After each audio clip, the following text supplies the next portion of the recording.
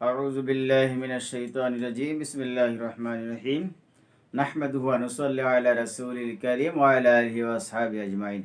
প্রিয় শিক্ষার্থীরা, তোমরা কেমন আছো? আশা করি মহান আল্লাহ তাআলার অশেষ মেহেরবানিতে তোমরা ভালো আছো, ভালো থাকো, সুস্থ থাকো। মহামারী করোনা ভাইরাস থেকে আমাদের সকলকে যেন আল্লাহ তাআলা হেফাজত করেন, এই তৌফিক কামনা করছি। আল্লাহ তাআলার কাছে এই ফরিয়াদ করছি। আজকে যে বিষয়ে তোমাদের সাথে আমরা কথা বলছি, শ্রেণী নবম, পর্ব 4, বিষয় ইসলাম ও নৈতিক শিক্ষা, অধ্যায় 2, শরিয়া, পাঠ 1, 2, 3। এই বিষয়গুলো আজকে নিয়ে তোমাদের সাথে আমরা কথা বলবো ইনশাআল্লাহ। ইতিপূর্বে তোমাদেরকে আমরা প্রথম অধ্যায় যে পাঠগুলো এই টার্মে তোমাদের আছে সেগুলো আমরা বলেছি। প্রশ্নোত্তরের আগে বইতে লাইনগুলো দাগাবে, যে প্রশ্নগুলো আমরা বলবো সেই প্রশ্নগুলো অবশ্যই লিখবে। উত্তর প্রশ্নোত্তরের আলোকে আমরা কথা বলছি। প্রথমে আমরা আসি শরীয়তের উৎস। ইসলাম শুধু একটি ধর্মের নামই নয়, বরং এটি একটি পূর্ণাঙ্গ জীবন ব্যবস্থাও বটে। এটি সর্বজনীন ও সর্বকালীন বিধিবিধানের সমষ্টি। বিশ্বাসগত বিষয়গুলোর পাশাপাশি মানব জীবনের আচরণগত সমস্ত দিকও ইসলামী পর্যালোচনা করা হয়েছে। আল্লাহ তাআলা মানব জাতির সার্বিক কল্যাণের জন্য নানা বিধিবিধান ও আচার আচরণগত দিক নির্দেশনা প্রদান করেছেন। মহান আল্লাহ প্রদত্ত এসব বিধিবিধানকেই বলা হয় শরিয়ত। প্রশ্ন হতে পারে শরিয়ত কাকে বলে, তখন তোমরা এই প্রশ্ন উত্তর লিখবে এইভাবে। আল্লাহ তাআলা ও মহানবী হযরত মুহাম্মদ রাসূলুল্লাহ সাল্লাল্লাহু আলাইহি সাল্লাম এর আদেশ নিষেধ মেনে চলা, সকল কাজে তাদের আনুগত্য করা শরীয়তের অন্যতম দাবি।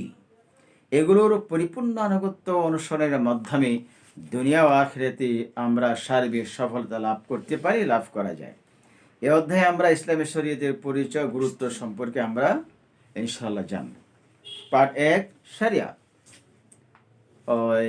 শরিয়া শব্দটি কি জাতীয় শব্দ? তোমরা প্রশ্ন লিখবে। শরিয়া শব্দটি হলো আরবি শব্দ। শরিয়া শব্দের অর্থ কি? শরিয়াত শব্দের অর্থ হলো পথ, রাস্তা।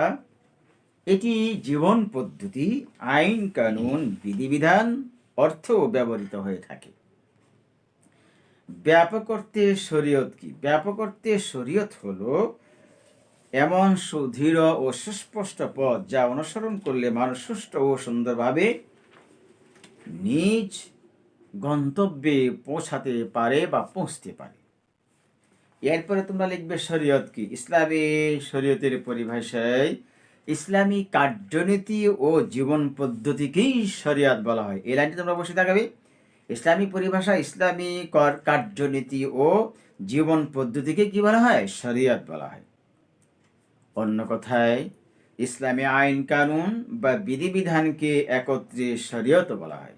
অর্থাৎ মহান আল্লাহ ও তার রাসূল সাল্লাল্লাহু আলাইহি ওয়াসাল্লাম যেসব আদেশ, নিষেধ ও পথ নির্দেশনা মানুষকে জীবন পরিচালনার জন্য প্রদান করেছেন তাকে কি বলা হয়? শরিয়ত বলা হয়।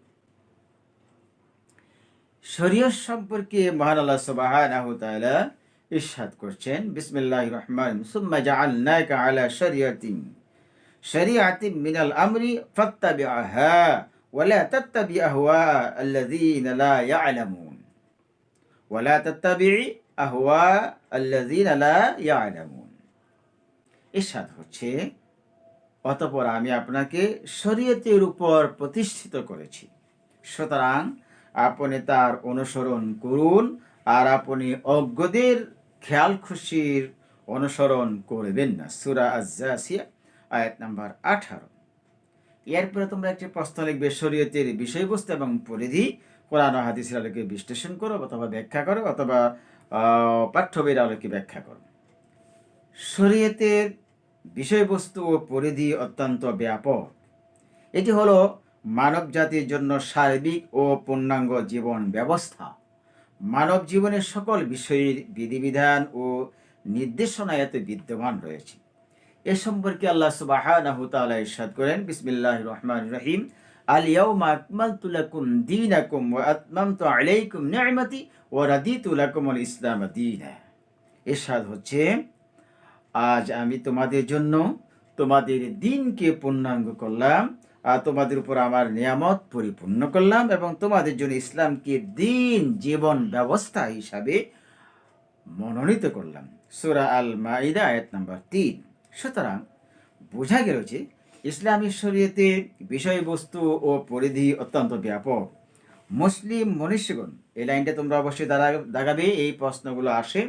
মুসলিম মনীষীগণ শরীয়তের বিষয়বস্তুকে প্রধানত কয় ভাগে ভাগ করেছেন?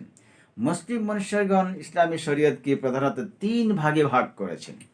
1, আকিদা বা বিশ্বাসগত বিধিবিধান। 2, নৈতিকতা ও চরিত্র সংক্রান্ত রীতিনীতি। 3, বাস্তব কাজকর্ম সংক্রান্ত নিয়ম কানুন। বস্তুত মানুষের সব ধরনের আচার আচরণ, চিন্তা চেতনা উপরিউক্ত 3টি বিষয়ের আওতাভুক্ত, ফলে মানুষের আর্থসামাজিক, সাংস্কৃতিক, রাজনৈতিক, ধর্মীয় সকল কাজই হলো শরীয়তের অন্তর্ভুক্ত। শরীয়তের নির্দেশনার বাইরে কোনো কাজই নেই। এরপরে তোমরা একটি প্রশ্ন লিখবে, শরীয়তের গুরুত্ব কোরআন ও হাদিসের আলোকে বিশ্লেষণ করো অথবা পাঠ্য বইয়ের আলোকে বিশ্লেষণ করো। মানব জীবনে শরীয়তের গুরুত্ব অপরিসীম। শরীয়ত হলো মহান আল্লাহ এবং তার রাসূল সাল্লাল্লাহু আলাইহি ওয়াসাল্লামের প্রদত্ত আদেশ নিষেধ ও বিধিবিধান। সুতরাং শরীয়ত মেনে চললে আল্লাহ তাআলা এবং তার রাসূল খুশি হন। অন্যদিকে শরীয়তকে বা শরীয়ত অস্বীকার করা আল্লাহ তাআলা এবং রাসূলকে অস্বীকার করার নামান্তর বা শামিল। কোনো মুসলমান এরূপ কাজ করতে পারে না।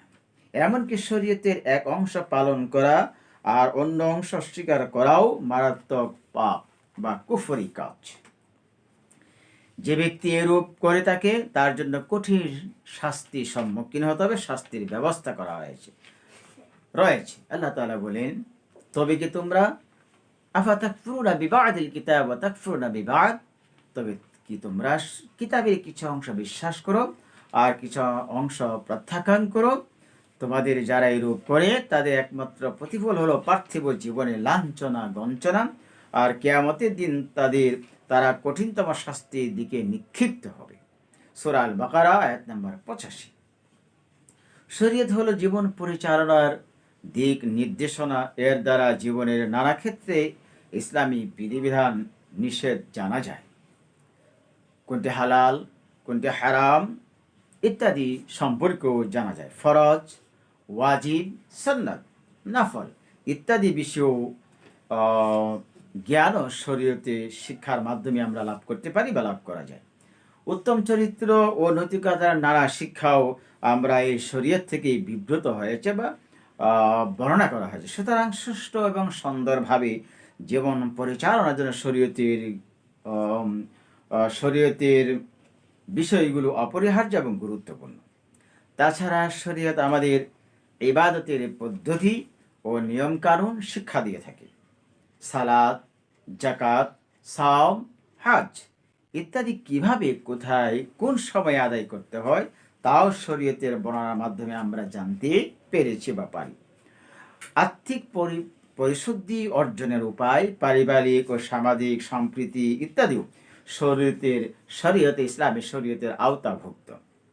অতএব মানুষের সার্বিক জীবন আচরণে শরীয়তের ভূমিকা অত্যন্ত গুরুত্বপূর্ণ, অপরিহার্য। এরপর আমরা আসি শরীয়তের উৎসসমূহ কোরআন ও হাদিসের আলোকে বিশ্লেষণ করো বা ইসলামী শরীয়তের উৎস কয়টি? শরীয়ত হলো ইসলামী শরীয়তের জীবন পদ্ধতি বা শরীয়ত হলো ইসলামী জীবন পদ্ধতি। এটি আল্লাহ তাআলা এবং তার রাসূলের আদেশ নিষেধ ও দিক নির্দেশনার সমষ্টি। অতএব শরীয়ত এর প্রধান উৎস হলো 2টি। লাইনটি তোমরা আগামী প্রশ্ন লিখবে। শরীয়তের প্রধান উৎস কয়টি? 2টি। এক হলো আল কোরআন, 2 হলো আল হাদিস বা হাদিসের অপর নাম হলো সুন্নাহ। পরবর্তীতে কোরআন ও সুন্নাহর এর স্বীকৃতি ও নির্দেশনার ভিত্তিতে শরীয়তের আরও 2টি উৎসকে নির্ধারণ করা হয়েছে। এগুলো হলো ইজমা ও কিয়াস। সুতরাং আমরা বলতে পারি শরীয়তের উৎস হলো 4টি, প্রধান উৎস 2টি, কোরআন এবং হাদিস বা সুন্নাহ। আর শরীয়তের উৎস হলো 4টি, কোরআন, সুন্নাহ, ইজমা, কিয়াস। আমরা এই 4টি বিষয় সম্পর্কে আজকে তোমাদের সাথে আমরা কথা বলার চেষ্টা করব ইনশাআল্লাহ। এরপরে আমরা আসি শরীয়তের প্রধান বা প্রথম উৎস হলো আল কোরআন। তোমরা একটি প্রশ্ন নেবে, শরীয়তের প্রধান সর্বপ্রথম ও সর্বপ্রধান উৎস কি? আল কোরআন। ইসলামী শরীয়তের পরিভাষায় সকল বিধিবিধানের মূল উৎসই হলো আল কোরআন। এর উপরেই ইসলামী শরীয়তের ভিত্তি ও কাঠামো প্রতিষ্ঠিত। আল কোরআন শরীয়তের অকাট্য ও প্রামাণ্য দলিল। মানব জীবনে প্রয়োজনীয় সকল বিষয়ের সমাধানসূচক মূলনীতি ও ইঙ্গিত আল কোরআনে বিদ্যমান রয়েছে। আল্লাহ সুবহানাহু ওয়া তাআলা এই বিষয়ে ইরশাদ করেছেন, বিসমিল্লাহির রহমানির রহিম, ওয়া নাযালনা আলাইকাল কিতাবা তিবয়ানান লিকুল্লি শাই। ইরশাদ হচ্ছে, আমি আপনার প্রতি কিতাব নাজিল করেছি প্রত্যেক বিষয়ের স্পষ্ট ব্যাখ্যা স্বরূপ। সূরা আন-নাহল আয়াত নাম্বার 89। আল কোরআন আল্লাহ তাআলা, আল কোরআন হলো মহান আল্লাহ সুবহানাহু ওয়া তাআলার পবিত্র বাণী কিতাব। এটি সর্বশেষ ও সর্বশ্রেষ্ঠ আসমানি কিতাবও বটে। আল্লাহ তাআলা হযরত জিবরাইল আলাইহিস সালাম এর মাধ্যমে মহানবী আমাদের প্রিয় নবী মুহাম্মদ রাসূলুল্লাহ সাল্লাল্লাহু আলাইহি ওয়াসাল্লামের উপর এই কিতাব অবতীর্ণ করেছেন, নাজিল করেছেন। এই কিতাব কোন ভাষায় নাজিল হয়েছে? আরবি ভাষায় নাজিল হয়েছে। ইসলামী শরীয়তের প্রধান উৎস হলো আল কোরআন। মানব জাতির জীবন পরিচালনার সুস্পষ্ট মূলনীতি ও নির্দেশনা বিদ্যমান রয়েছে এতে। এ বিষয়ে আল্লাহ তাআলা ইরশাদ করেছেন, বিসমিল্লাহির রহমানির রহিম, ওয়ালাকাদ সাররাফনা লিন-নাসি ফি হাযাল কুরআনি মিন কুল্লি মাসালিন। ইরশাদ হচ্ছে, আর অবশ্যই আমি মানুষের জন্য এ কোরআন বিভিন্ন উপমা বিশদভাবে বর্ণনা করেছি। সূরা বনী ইসরাঈল আয়াত নাম্বার 89। কোরআন মাজিদ সহজ ও সাবলীল ভাষায় নাজিলকৃত একটি গ্রন্থ। এতে কোনোরূপ অস্পষ্টতা, বক্রতা কিংবা জটিলতার নেই, বরং এতে খুবই সুন্দর ও সরল ভাষায় নানা বিষয়ের বর্ণনা করা হয়েছে। অতি সাধারণ মানুষও এ থেকে শিক্ষা গ্রহণ করতে পারে। আল্লাহ সুবহানাহু ওয়া তাআলা এই বিষয়ে ইরশাদ করেছেন, ফাইন্নামা ইয়াসসারনাহু বিলিসানিকা লাআল্লাহুম ইয়াতাযাক্কারুন। ইরশাদ হচ্ছে, আমি তো কোরআনকে আপনার ভাষায় সহজ করে দিয়েছি যাতে তারা উপদেশ গ্রহণ করে। সূরা আদ-দুখান আয়াত নাম্বার 58। প্রিয় শিক্ষার্থীরা, আসো আজকে আমরা তোমাদের সাথে ইসলামী শরীয়তের প্রধান উৎস এবং শরীয়ত বিষয়ে আমরা যে কথাগুলো বলেছি, যে বিষয়গুলো আমরা প্রশ্নগুলো দিয়েছি, এই প্রশ্ন উত্তরগুলো এবং এই পাঠগুলো বাসায় আমরা আরও মনোযোগ সহকারে অধ্যয়ন করব, এই বিষয়গুলো শিখব। আসসালামু আলাইকুম ওয়া রাহমাতুল্লাহি ওয়া বারাকাতুহু।